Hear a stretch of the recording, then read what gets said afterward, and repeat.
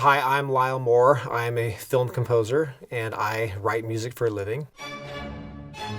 I was always the type that wanted to play my own stuff and just kind of make up things. So to get an epic movie sound, everybody knows and loves French horns. If you double that with big Gothic choirs in the background, it becomes epic.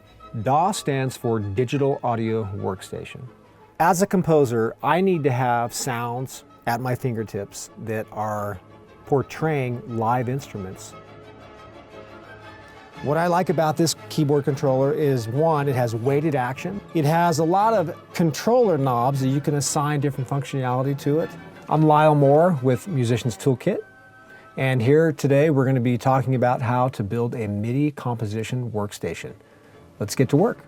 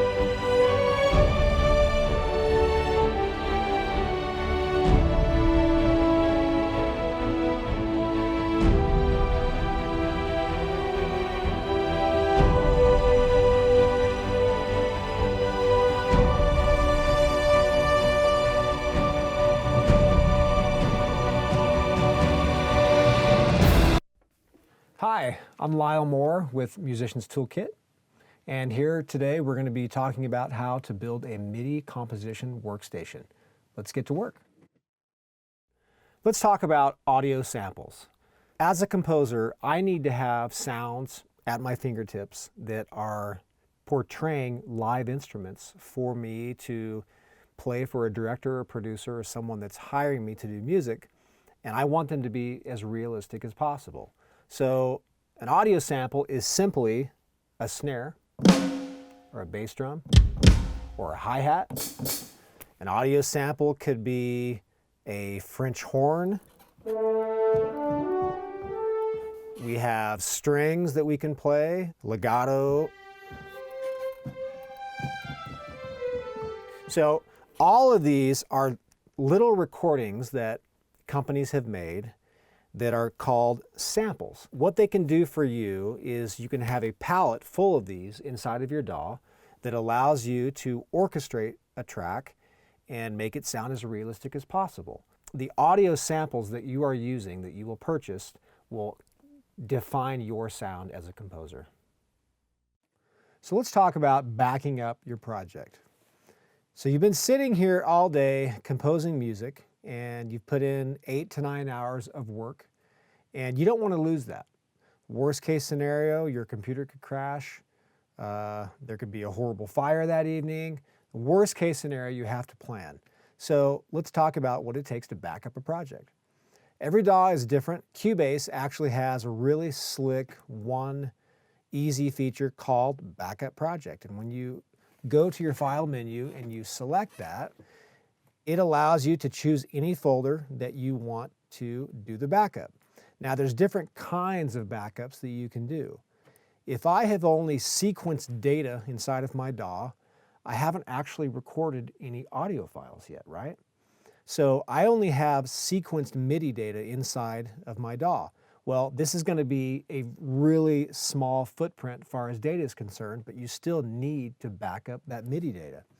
Now, let's say the next day, if the client tells me, okay, we love the piece, let's actually track it to audio so it can be sent off to a mixer to be mixed and balanced and finished.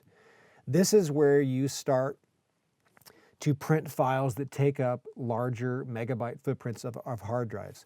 So you can back up the same way you did before, it's just going to be backing up the audio files along with the MIDI data. So what I like to personally do is have a separate backup hard drive in my chain. And you can see here, it's called Backups Cubase. And when I make that copy, the other day, I backed up, I was working on the new Alice in Wonderland trailer, and I backed up this file, and it says it's 24 gigabytes. So once the project is done, I actually like to compress the file to a zip folder or a zip file, and that allows me to go to something that's like Dropbox, where I can show you. So I'm going to go to Dropbox here, and I can actually go to Client Uploads folder, and I can pick a new folder or however I want to do it, and then I can drag that one icon to Dropbox.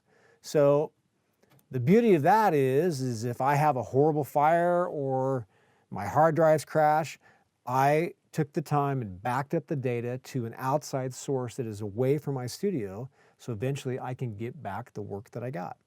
So backing up session files is a very important step to take in case the worst scenario happens to you. So today we're going to talk about buffer settings and how to change your buffer settings inside of your DAW. My particular application I'm using today is called Cubase, and yours is going to be different from mine. You might be using Digital Performer, Pro Tools, but I'm using Cubase, so I'm going to show you how to change the buffer settings, and they're all pretty much the same from DAW to DAW. So right now I'm going to pull up a drum kit and show you how it's reacting. So pretty quick. So this setting that I'm on right now, if I go to Devices and go to Device Setup, I go to ASIO Hammerfall DSP, that's basically showing what type of a sound card I have in my DAW. And if I go to Control Panel there, I can see where my buffer settings are set. So right now I'm using a buffer setting of 256, which is pretty low. It's close to the danger zone of taxing your computer too heavily. And we'll talk about this later today as well. It really depends on how powerful your computer setup is. My particular PC that I'm running on is pretty powerful. It has a CPU that is screaming, so I can use this buffer setting. So you saw earlier, now I'm going to go to 1024 buffer setting, or let's be crazy and go to 2048 and go low. So I'll hit OK. Now watch how differently this instrument reacts to my fingers. Okay, you can see how it's so latent to my fingers. There is no possible way I could compose and write music that way. So, but what is nice about having your buffer setting really, really high is it allows your hard drives, your real-time audio performance, and all those calculations that you're demanding on your computer, it gives it time to think and process. So when you are tracking your instruments or when you're mixing and all you're doing is hitting your space bar, this is a good time to have your buffer setting high because you're not taxing your computer and you don't need anything that's real-time audio performance like I need there. So in general, let's remember that we want lower buffer settings when we're actually utilizing instruments in real time. And we want to make higher buffer settings when we are mixing or mastering music, when we don't care about real-time performance. Hi, today we're going to be talking about buffering basics. Buffering inside of your DAW is basically a setting that allows you to have instant reaction to your fingers of the instruments that you're playing. So you'll notice I have a drum kit loaded up here, and I'll play a little pattern for you. Now, these instruments are reacting instantaneously to my fingers. When I hit a note, there's hardly any latency at all. And latency is when I hit a key, the instrument is reacting perfectly as I'm playing it. So there's something called a buffer inside of your DAW that basically allows you to set a parameter of how hard your computer needs to work. If you have a buffer setting set very, very low, your notes are going to react instantly to your fingers. If you turn your buffer setting higher, you are actually allowing your computer to work less, but it's going to drive you crazy as a musician, because when you hit the notes, you'll hit a note and it'll come later. So we're going to be talking about the importance of how you change your buffer settings from time to time when you're actually writing or when you're tracking. So it's important to understand the basics of buffer settings to be able to control your environment as you're writing. Hey guys, let's talk about multiple computer monitors and the advantage of having them. So you'll notice here on my left and right main monitors, I have Cubase. This is my mixer window. This is my track visibility window. To the right, I have a third monitor that functions for my samples, so I can see what sounds I'm playing. I have a 4K resolution television monitor up top here above, and I use that monitor to show the videos that I'm writing music to. But what's cool about it, having a multiple monitor setup, is you can grab any functional window inside of your application and just slide it right up there. So it's really cool because you can have the flexibility to make decisions of how you want to see what you're working on. And it really saves you tons of time when you are working with different windows, such as a mixer window, or maybe a window that shows you your copy work and your instruments and the notes. So having a multiple monitor setup can really save you a lot of hassle and time when you're writing. Okay guys, let's get very basic in creating our template. So what we're going to do right now is we're simply going to add MIDI tracks. That's what we have to have showing up in our track visibility window here. So as I've said before, I have hundreds and hundreds of these. So what I did in particular is I have to start over here on my external PC where I'm loading the sound. So this particular channel here is under Hans Zimmer percussion, and I loaded an instrument called Exotic Hits Bombo Ensemble 3. Well, you'll notice that this actually has a MIDI channel assignment to it and a port assignment. So this particular computer has an Ethernet cable that routes to my main machine, and it needs to have some type of an assignment from my DAW to send information for the sound to play. So this is when you are adding a MIDI track in your DAW. So I added one and I named it Exotic Bombo CC Mix 03. And you'll notice here that I assigned it to the correct output, 46 Hanperk PC2 MIDI in4. That is your routing assignment. And from DAW to DAW, the way you do that will change. But just keep in mind that you need to make the correct assignment from the MIDI track to reach the destination properly on the other computer. So you'll notice here, when I have this MIDI channel highlighted, it will actually trigger the sample that I loaded.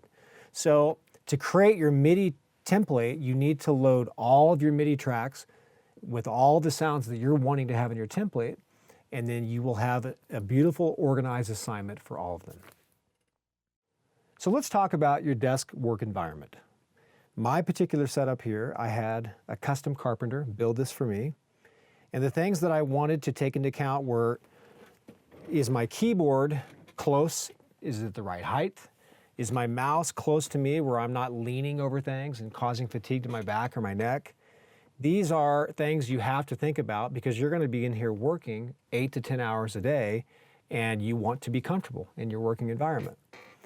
Over here to the right, I have preamps, I have power surge protectors, I have what's called a Neutrik patch bay right here where I can be patching things. So you want to be able to not be far from those as you are configuring and working. I love how my light switches are here close to my reach. I can turn off lights in the studio.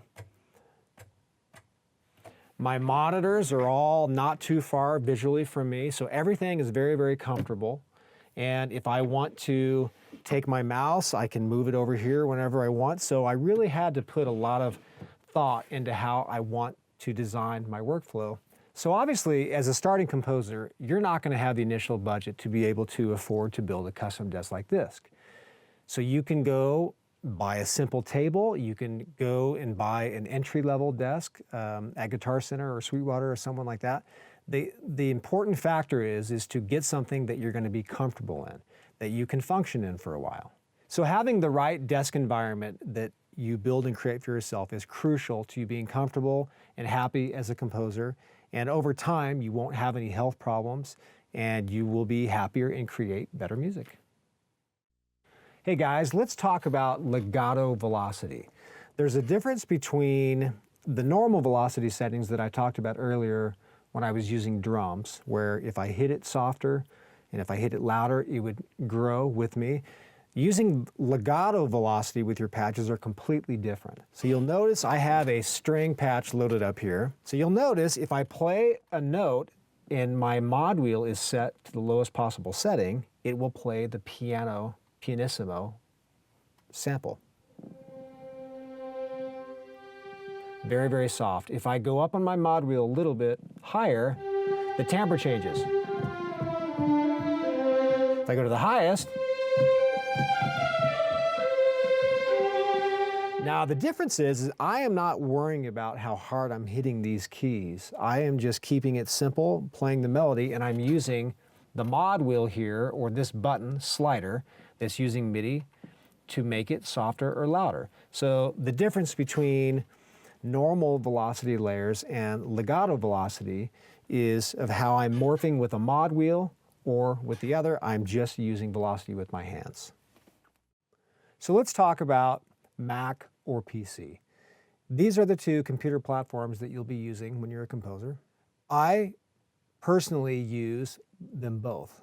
I have a PC for my main server computer, and I have a Mac over here that is playing and triggering instruments. I personally choose to use a PC to be my main computer. I can spend an X amount of dollars to get an amazing processor and power. Whether if I were to buy a Macintosh computer, I would be spending a lot of money for something not quite as powerful. I'm a firm believer in them both. In the olden days, Macintosh computers were the only possible platform that you could have at the time. All of the applications that we were using a while back, a long time ago, were specifically designed for the Mac platform. But now, 90% of all of the applications that we use are both platform, and they're identical. Which means if I were to use Cubase on a Mac, and if I were to use a Cubase on a PC, they're going to look the exact same and function the exact same way.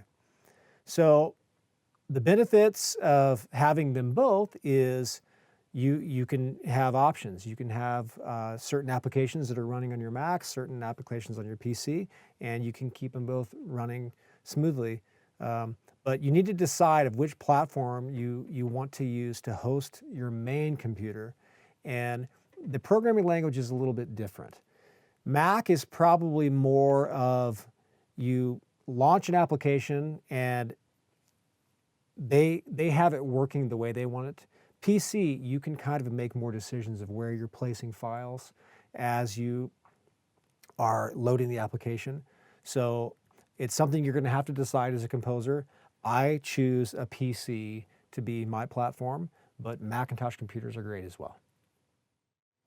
Hey guys, let's talk about different MIDI controllers and what they can do as far as their functionality for you as a composer. This particular MIDI controller is made by Native Instruments. It's called the Native Complete Control S88. What I like about this keyboard controller is, one, it has weighted action, so it allows me to be pretty musical with my velocities. It has a lot of controller knobs that you can assign different functionality to it. I actually like the LED lit up mod wheel and pitch wheels. It has transpose functionality right there. So it's just a very, very simple keyboard to have. It's USB powered, so it goes right into your computer. So let's talk about some of the things that it can do for you. I'm going to pull up a percussion sound here. And this is just a tom, a concert tom, an orchestral tom. And what you have in some of these high-end sample libraries is what's called multiple mics.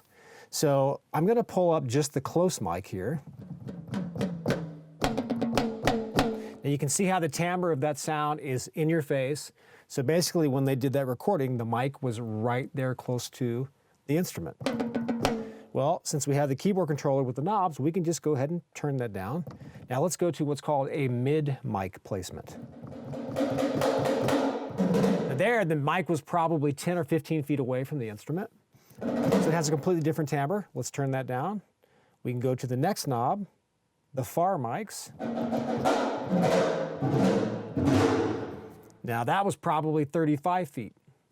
So the power of having a MIDI controller like this, you can do a mix of the microphones on the fly. So I'll turn up the close. Okay, that's popping. We'll go to the mid, add a little beef to it. Now let's bring in the far. So you can see within 5 seconds, I have dialed in the exact sound I want to use in my music.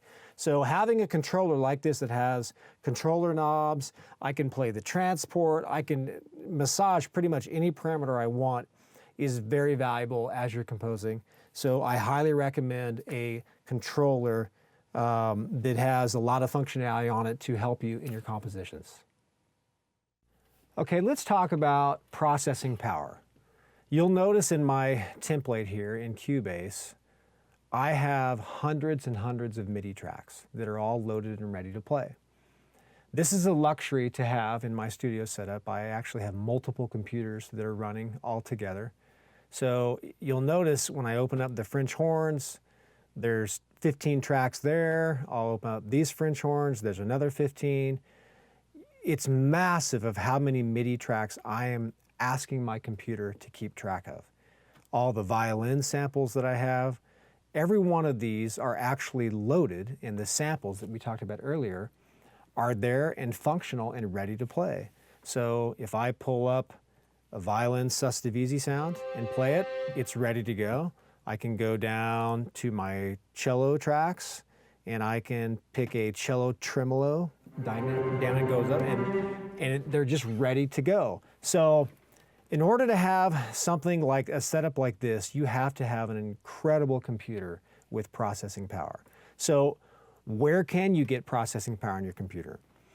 You can have lots and lots of RAM in your machine.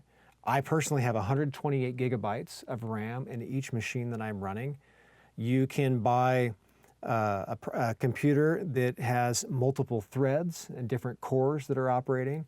So the more cores and the more threads in your processor, the more power and muscle you're going to get from your system. You can put multiple hard drives, and there's different speed connections. There's SAS connections. There's serial ETA connections. Sky's the limit of the technology that you can put inside of these computers to give you power and speed that you need. So keep in mind, if you are starting out in this field, if you want a large template like I do, you're not going to be able to just go buy a laptop computer at a computer store. You're going to need to get what's called a tower or a rack unit computer. So a laptop, it will have hard drives in it, it'll have a processor, it'll be functional for you, but in order to have multiple samples loaded at once where you have a low latency system and you have a palette that will be able to play lots and lots of MIDI sounds, you will need to invest in a computer like the one that I have that has a fast processor, a lot of RAM capacity, tons of hard drive space for your sample libraries. You will need to invest in a setup like this in order to get the performance that you're looking for. So processing power is crucial to having a fully functional MIDI studio at your fingertips. Okay, let's talk today about quantizing MIDI performances. So the word quantize means to change a performance that you have done to a grid. So basically what I mean by grid inside of your DAW or your sequencer is when you're writing music, you have what's called a click track, and I'm going to play you a metronome. So we are hearing right now a quarter note subdivision on the grid. Dot, dot, dot, dot. Okay, so if I'm going to be hitting record and I have a violin pizzicato sound loaded up, So I'm going to play a performance on top of a metronome, and we're going to see what it looks like on the grid inside of the DAW.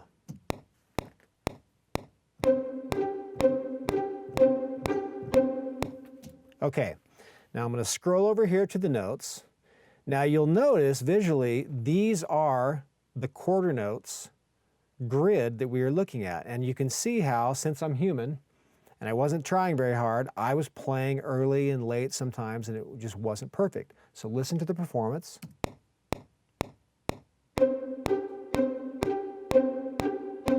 See how I was early sometimes? Well, there's a feature inside every DAW called quantizing, and what this will do is make you be perfect. So if I highlight the notes inside of my DAW here in Cubase and I hit quantize, do you see how all the notes snapped to the grid? Now they are on perfect quarter notes. Let's hear the performance now.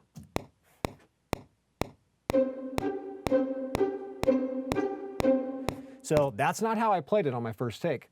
But if I use the quantize feature inside of my DAW, it will line all the notes back to the grid to make my performance perfect. Okay, let's talk about sample libraries. You look over here on this computer here, we are looking at what is called Vienna Ensemble Pro. And this is basically a program that houses all of my samples that I am triggering in my DAW. So if you look here, I'm just going to kind of thumb through and show you different libraries that you can consider getting. This is my strings page inside of Vienna Ensemble Pro. And this particular library loaded up here is called 8DO Anthology, and these are string samples that I use on an everyday basis. Then I have a percussion tab. This is Cineperc. Then I have a Hans Zimmer percussion library called Hans Zimmer Percussion London.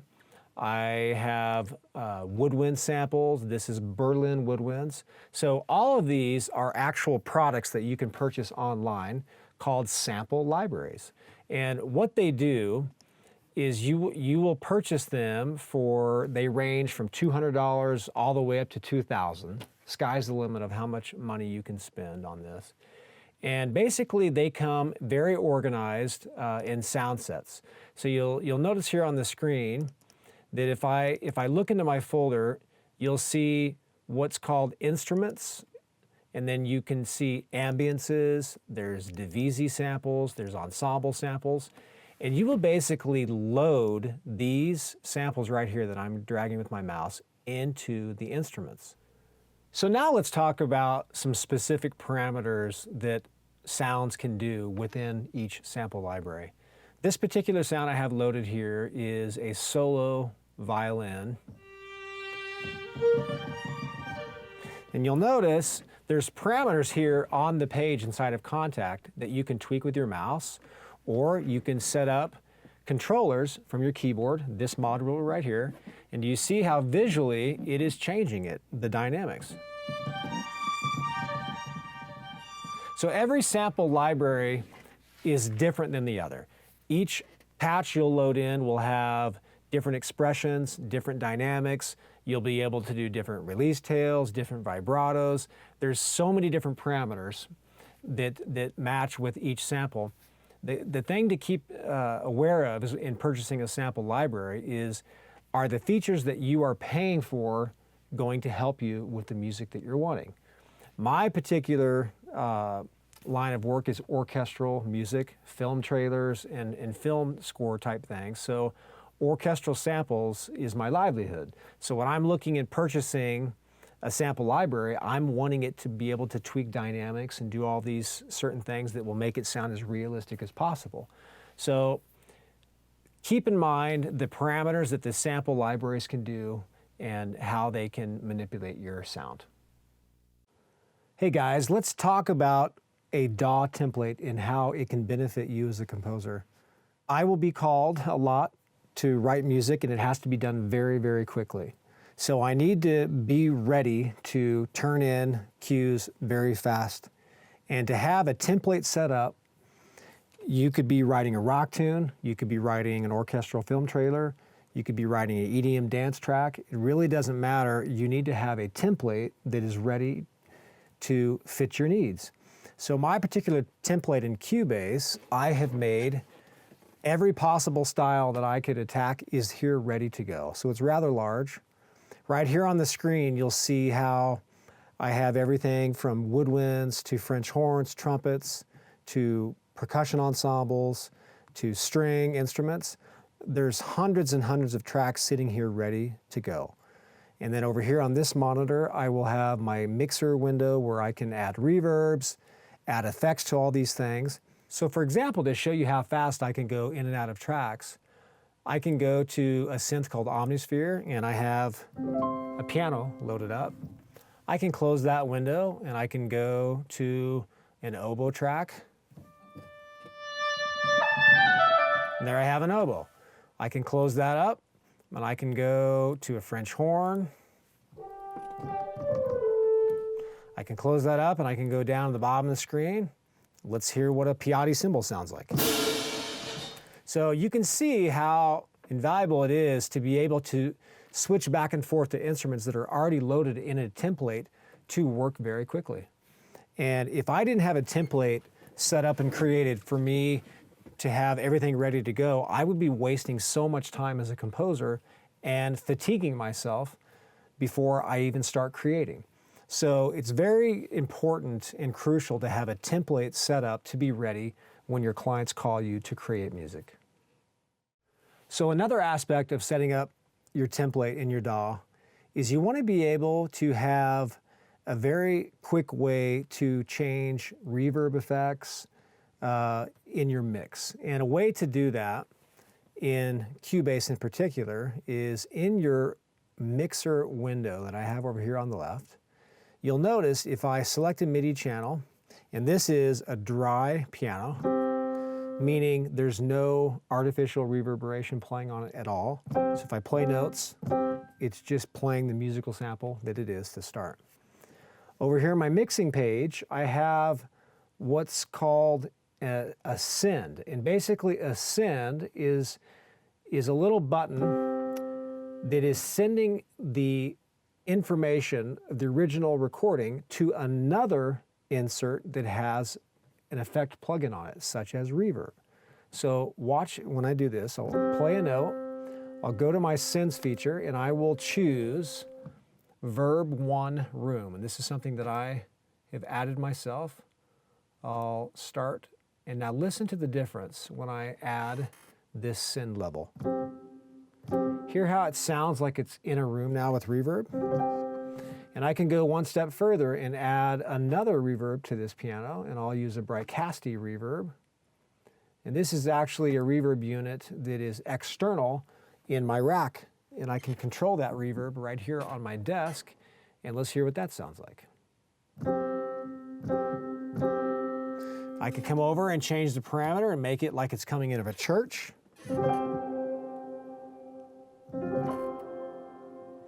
So you go from that sound, which is huge and lush and gorgeous, and with one click of a button, you can mute the send, and you're right back to where you started. So you'll notice you have complete flexibility and control of how you are dialing in your sound that you're trying to accomplish in your composition, just by having a template set up where you can add your reverb sends for multiple effects in your effects chain. Let's talk about which speakers to buy for your studio. Every composer and every musician starts out with a different budget, of course. My particular speakers I'm using today are Barefoot's Gen 2 speakers, and these are industry standard speakers right now that are amazing, low end. The beryllium tweeters are super clean and clear, and these speakers are flat out amazing. You have to hear them. I have a B set up down here, Atom A7Xs, that are actually colored very differently. So they're what I call a second opinion monitor. So it's good to have two sets of speakers so you can go back and forth and really hear what you're recording, or just to give a good audio comparison. So what's really key in picking out a monitor, for one, if you're starting out, is going to be budget. So there's a lot of entry-level speakers on the market that you can go and listen to at Guitar Center, or you can purchase things from Sweetwater. And you can spend $500 on a pair of monitors and they may sound great in your room. Or you can go all the way up to the Barefoots that are significantly more expensive. The key is to finding a speaker and a monitor that is going to work for you in your working environment. So my particular room that I'm in now is very large. So I need a larger monitor to fill up the space that I'm working in. You could be starting in your bedroom and you might need a smaller set of speakers that will be great for you. The key is just finding something that's going to fit into your budget and that's going to sound great for you in the space that you're in. Hey guys, we're here in my studio, my space where I write music. I just wanted to show you around how I built it, the things that went into it. You can see that the walls are angled at first glance, and that's for a purpose. Over here, this is actually acoustically transparent fabric, and so the sound waves that are generated in here will travel through the fabric, and there's what's called 703 fiberglass insulation behind there that absorbs the sound. So these are angled, so we don't want to have any bouncing waves going on in here. If you angle up top in the ceiling, you can actually tell that those are identical fabric clouds just like the walls are. So down here where all the music is happening, coming out of the speakers, I actually need clouds above me so when audio bounces, it won't come back down to my ears off of the drywall on the ceiling. So aesthetically, it's really cool and pleasing to have a space like this, but everything you see in here was actually designed for a purpose for audio.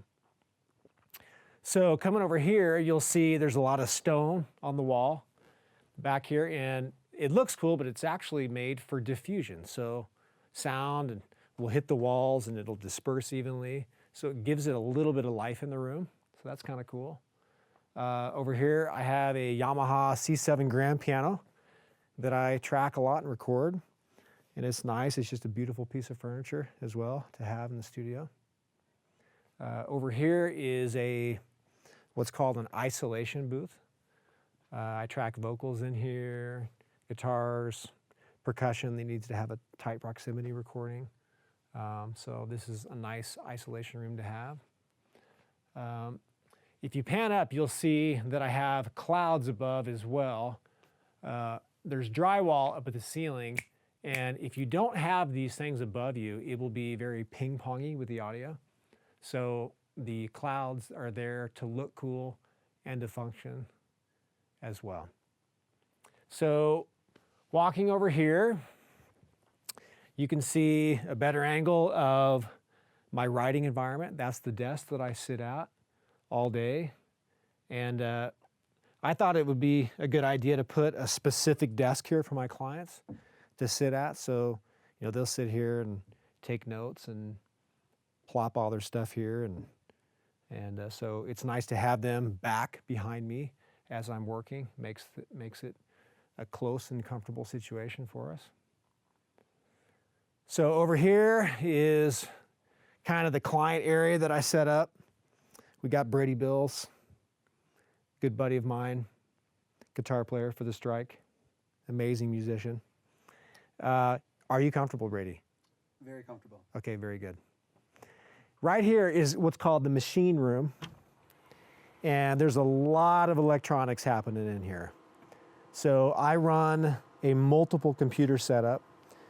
So down here is my audio interface. I use a B80 mothership Burl audio interface.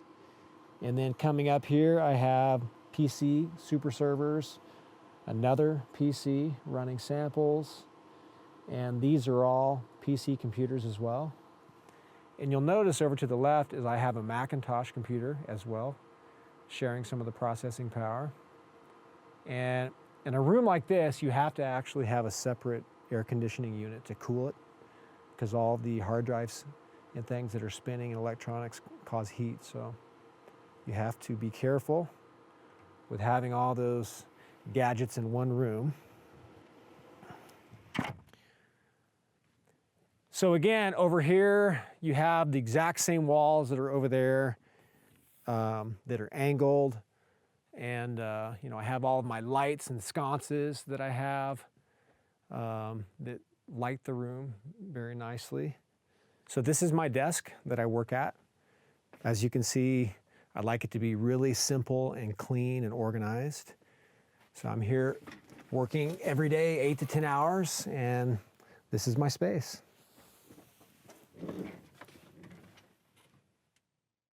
Hey guys, let's talk about using audio samples.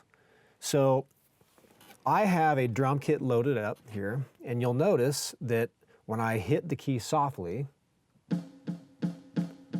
there's a certain sound that that snare drum is making. If I play it louder, hearing how the timbre is changing, and if I play it really loud, it's a completely different recording.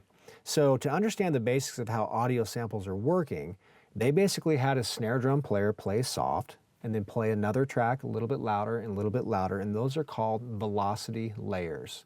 So all of your audio sample programs that you are using have different velocity layers, and these are the ones that are going to make your composition sound more realistic.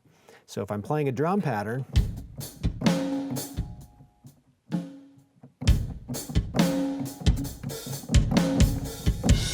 see how musical I can be with the keys if I'm playing soft or loud. So when you are picking audio samples that you want to purchase, you want to make sure that they have multiple velocity layers, and your performance will be more believable. Hi guys, let's talk about a DAW. What is a DAW? DAW stands for Digital Audio Workstation. And my DAW of choice that I'm using today is Cubase.